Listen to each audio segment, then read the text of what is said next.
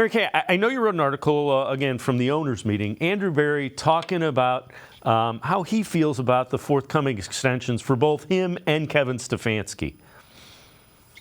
Yeah, I think it's exciting. Jimmy and Dee Haslam, when we talked to them at the owners' meetings, they did acknowledge that they are close to these extensions. I've been writing that this was going to happen this offseason and that it really was just a matter of when, not if.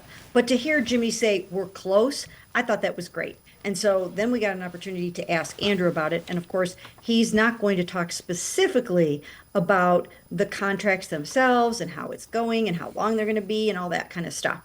But he did talk about the fact that he and Kevin work really well together. He can't wait to see what Kevin has in store over the next 10 years or so.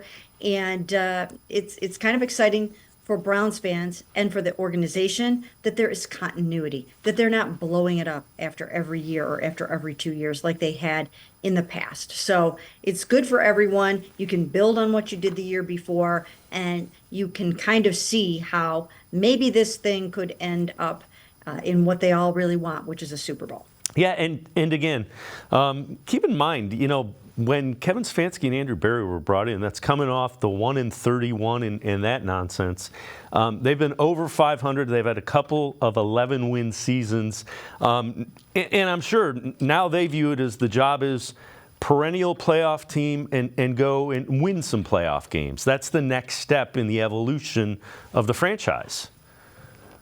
Yes, and everyone was so disappointed about the way last season ended after getting there with Joe Flacco, and the feelings were all so positive and the energy was so good. And I think everyone expected that they were going to win that game and advance into the playoffs. And that was just a huge, I think, shocker for everyone.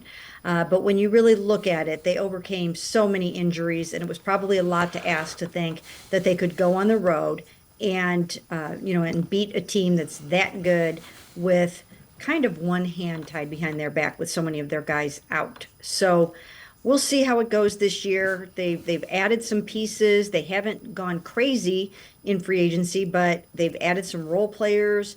They've, for the most part, run it back on defense. They really believe in that defense. They've overhauled the offensive staff. So they've made the necessary changes to try to get to the next level. Now let's see what they've got.